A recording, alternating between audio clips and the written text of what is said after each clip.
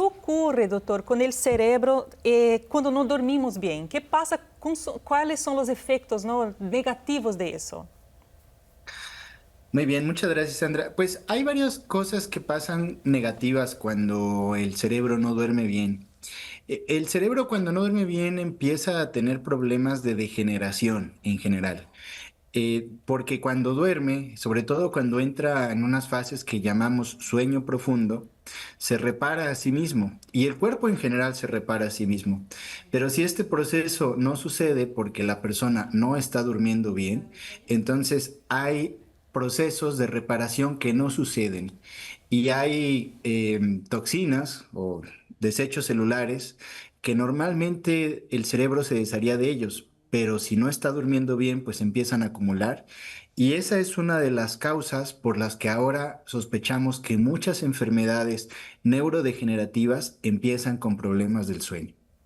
Perfecto. Entonces, Wow. No, tenemos que recuperar ese sueño. reparar y también dejar que las personas sepan de la importancia de eso, ¿no? Para estas personas que piensan, ah, no, dormir no es tan importante así. Ajá. Vamos Mucho a dejar más. eso muy claro hoy. Sí, sí. Bueno, doctor, aprovechando que estamos con usted, ¿cuántas horas es necesario dormir? Eso depende de cada grupo de edad. En general, en los adultos se recomiendan entre 7 y 9 horas. Las personas que tienen más de 65 años es normal que a veces vemos que empiezan a dormir menos. Y eso tiene relación con algunos mecanismos fisiológicos que van cambiando. Entonces, entre ellos es entre 7 y 8 horas. Ahora, no me dejarán mentir que cuando uno ve a los niños o a los bebés, se la pasan durmiendo muchas horas, ¿no? Entonces, recién nacidos a veces tienen entre 13 y 17 horas de sueño y esos periodos de sueño se van acortando, pero son muy importantes en las primeras etapas de la vida porque ayudan a que el cerebro se vaya consolidando y las neuronas vayan formando conexiones. Sin embargo, como repito, en los adultos no es necesario dormir 13 o 17 horas. De hecho, así como muchas personas creen que el dormir poco hace daño, aprovecho para pues dar un concepto muy importante. Dormir mucho también hace daño. Ah, mira, qué Dormir interesante. más de 10 horas no es bueno para el cuerpo. Y uno piensa al contrario, no voy a dormir, voy a descansar, a concentrarme mejor. Entonces hay que tener un equilibrio. Un equilibrio. Exactamente. Y otra cosa que pasa mucho hoy en día, ¿no? La vida está tan así agitada, tantos quehaceres, ¿no? Y Sandra, ya te quería preguntar, la ansiedad, ¿cómo influye en la hora de dormir? Las personas que son muy ansiosas, muy preocupadas, estresadas, ¿no? Pues exactamente como acaba de decir el doctor, tenemos nosotros en el sistema límbico, que es parte de las emociones, lo que se llama la amígdala. La amígdala es la que tiene conexión con la corteza prefrontal, que es la que ayuda a que podamos nosotros tener decisiones en cuanto a las emociones, ¿verdad? Entonces, cuando eso se altera, es precisamente cuando existe lo que es la ansiedad, es un trastorno, porque es como que está inflamado ese sistema por tantas emociones, por tantas experiencias. Entonces tenemos que ayudarla a desinflamar, tenemos que ayudarla a que pueda de alguna forma a regresar a ese sistema normal de balance y que no sintamos ansiedad, tengamos estrés y también posteriormente se vuelva crónico y nos pueda dar lo que es la depresión. ¿Verdad? Entonces todo está ahí conectado, ¿no? Entonces la Totalmente. persona tiene ansiedad, deja de dormir, o a veces por el hecho también de dejar de dormir, queda ansiosa. Entonces es algo que tenemos que estar ahí. Después vamos a platicar también más sobre eso, sobre cómo ayudar a esas personas a combatir eso, si es que es posible, ¿no? Claro que sí se puede. Ah, entonces las personas ya están, sí se puede, pero vamos a aprender cómo, ¿no? Claro, claro. Y Yasmín, ¿qué me dice sobre el estrés? El estrés, las preocupaciones del día, del transcurso del día en la noche, nos quitan el sueño. Pues claro que sí, porque el estrés, pues lo principal que hace es que dispara el cortisol, ¿no?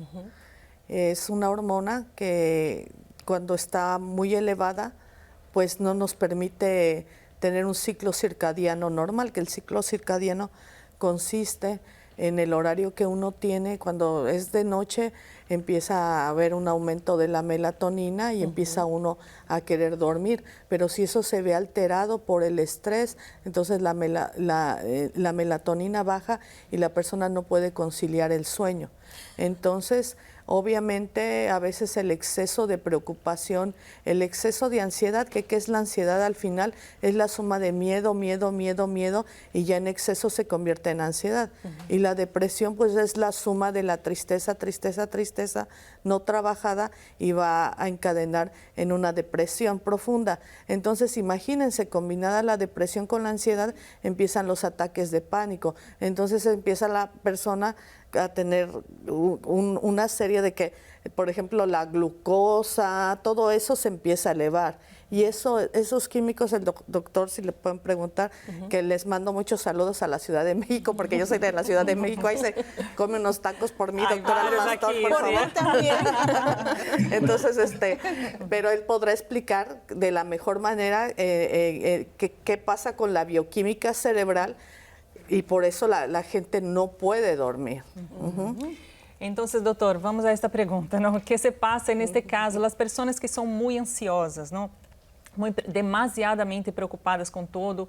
Essas pessoas, por lo regular, têm muito mais dificuldade para dormir e muitas vezes também hacen uso de fármacos para isso. ¿Qué tan prejudiciales estos fármacos y estas personas deben recurrir a esto? ¿Qué debemos de hacer? Muchas gracias, Sandra. Sí, efectivamente, la Ciudad de México tiene muy buena gastronomía y los invito a todos a que cuando vengan, con gusto, nos recibimos. Regresando a la pregunta, hay muchos cambios que efectivamente suceden cuando una persona está estresada.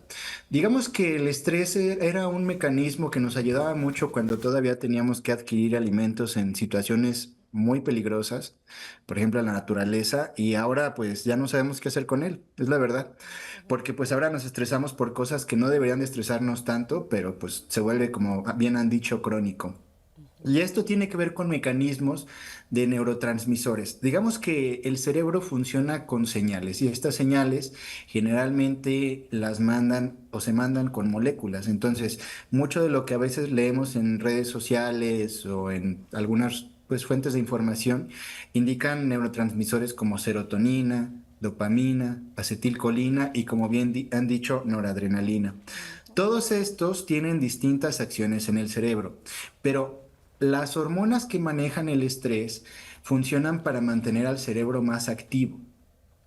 De tal manera que si una persona está continuamente en estrés, pues está estimulando continuamente al cerebro a estar activo. Entre estas hormonas, pues encontramos la noradrenalina.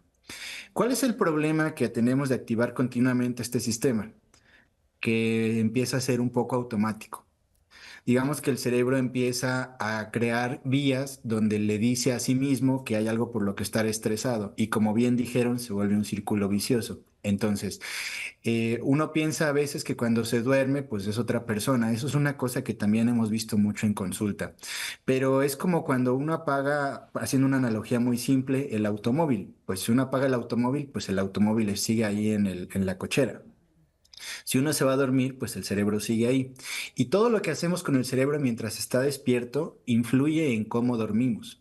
De tal manera que a veces pensamientos intrusivos, rumiaciones, preocupaciones del día, pues influyen, claro, en la manera en cómo nosotros dormimos.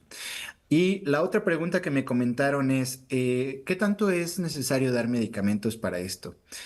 Como neurólogo muchas veces veo pacientes que me piden, deme algo para dormir porque pues quiero dormir, ¿no? Y efectivamente pues es una práctica que incluso pues vía médica se ha mal acostumbrado porque hay muchos médicos que sí dan medicamentos de primera instancia para dormir. No estoy diciendo que sea mal, muchos lo necesitan, pero antes de eso es muy importante que se verifiquen que las condiciones del sueño de la persona sean adecuadas, porque es primordial que la persona entienda todo lo que les estoy comentando, porque si no nada más se tapa superficialmente. Es decir, una persona que tiene problemas del sueño requiere también una valoración psicológica, requiere también muchas veces una valoración médica y requiere cambiar estilos de vida o condiciones de vida que perpetúan los cambios del sueño. Entonces, en resumen, muchas veces el medicamento no es necesario si se atiende la raíz que está produciendo el cambio del sueño.